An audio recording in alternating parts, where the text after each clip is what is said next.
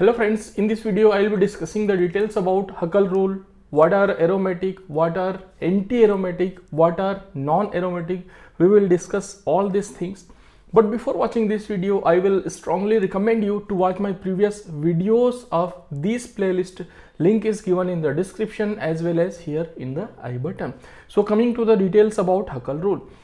Change the experience of learning. Try my first ever visual book on basics of analytical chemistry at Graphy app. It includes animations, illustrations, quizzes, etc.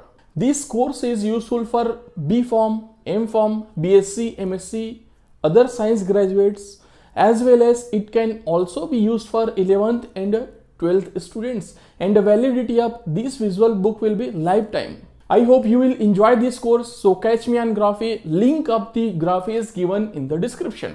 So if we are talking about Huckel rule, so there are some parameters which should be followed, then that particular compound will be aromatic. So first parameter is cyclic, means our structure or our compound should be cyclic, then only it will be aromatic. Actually Huckel rule is for determining the aromaticity, anti-aromaticity and a non-aromaticity.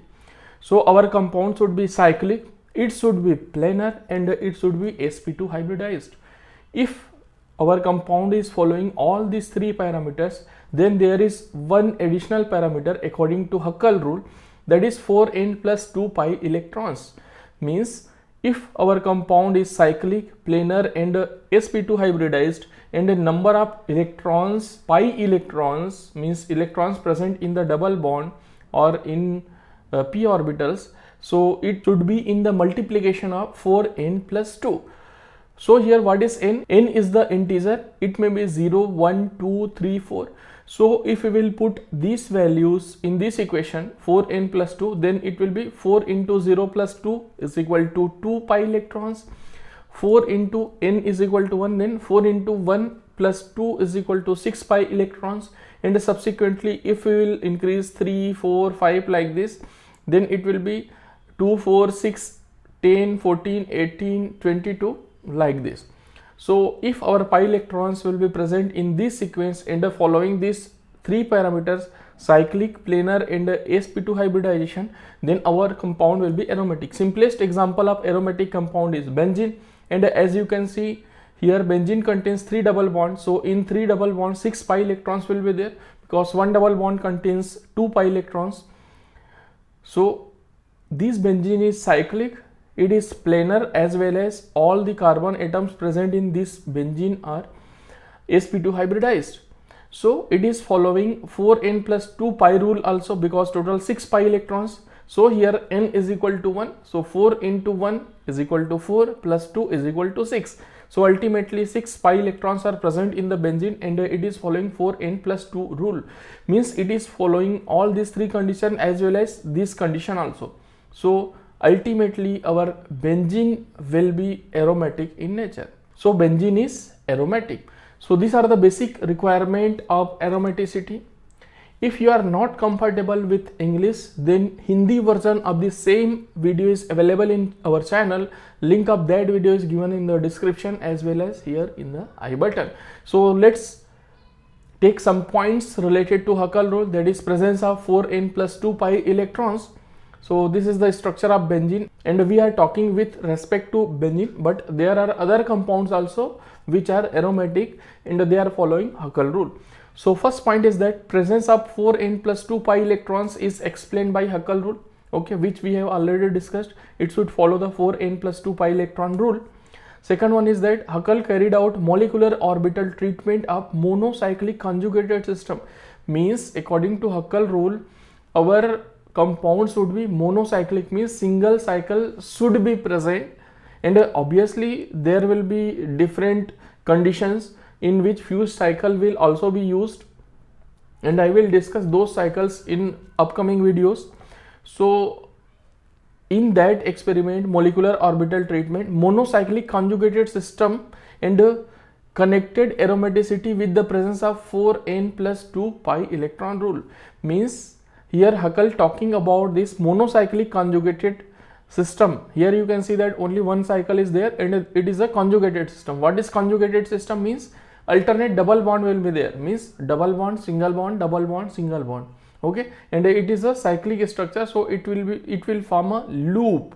Okay, and it should also follow the rule of 4n+2, which it is following. So according to this rule, monocyclic conjugated polyenes possessing the symmetry of a regular polygon have a closed electron shell and a consequently aromatic stability.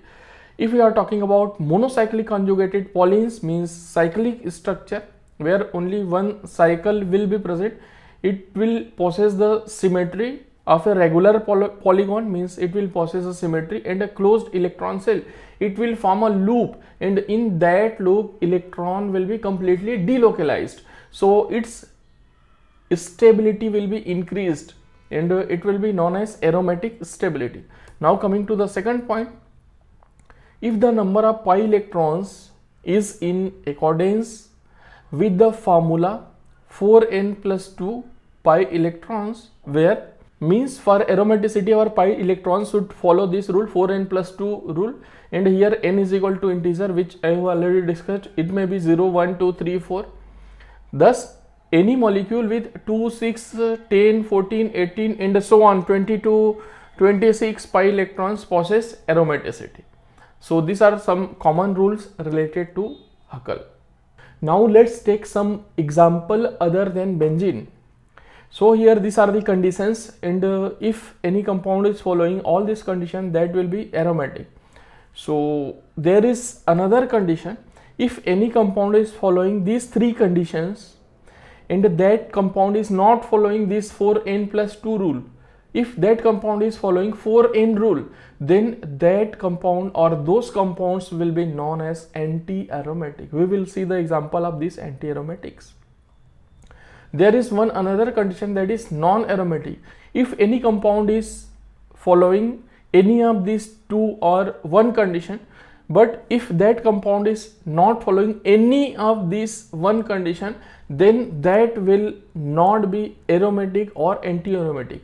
That compound will be non-aromatic, and this non-aromatic compound may follow this 4n+2 rule or 4n rule, but they will not follow at least one of all these three characteristics.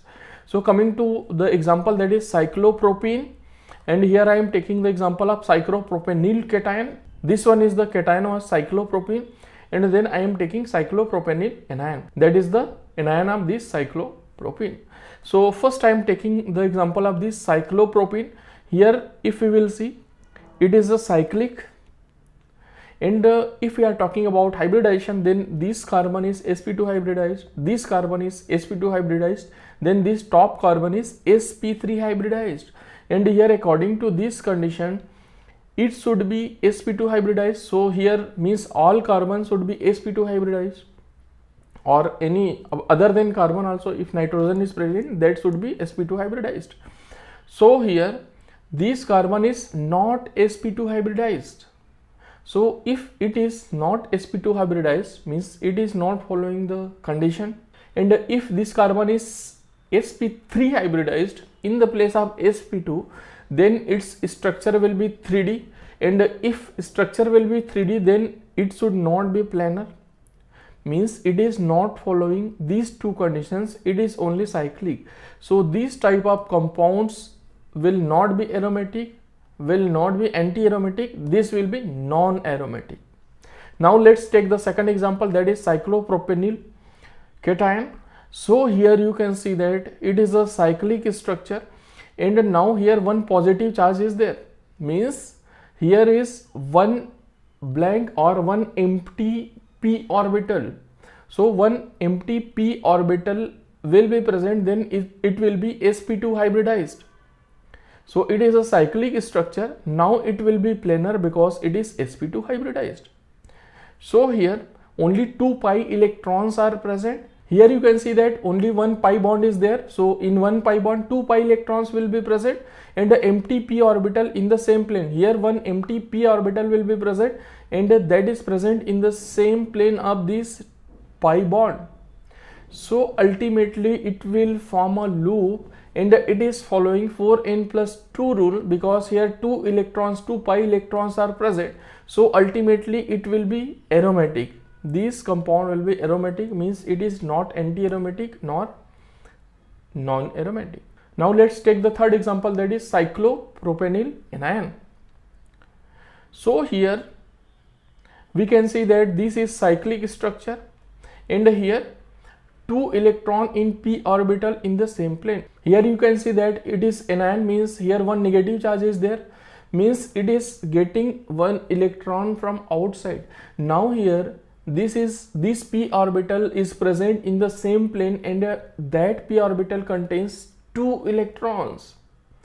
So ultimately here 2 pi electrons will be present, and 2 electrons are present in this 2p orbital, 2 electron in p orbital, which is present in the same plane, and ultimately it will also be sp2 hybridized. This carbon will also be sp2 hybridized, so it will be planar, and the sp2 hybridization will be there.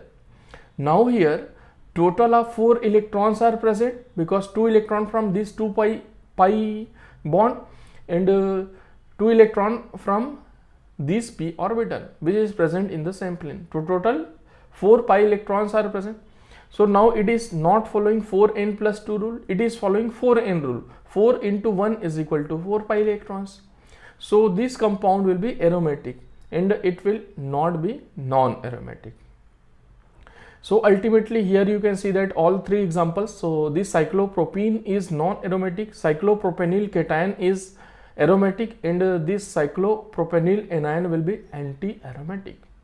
So I hope now you got the clear idea about aromatic, anti-aromatic and non-aromatic. Apart from this, you got the clear idea about conditions regarding Huckel rule for aromaticity. In this video, I have taken some simple examples.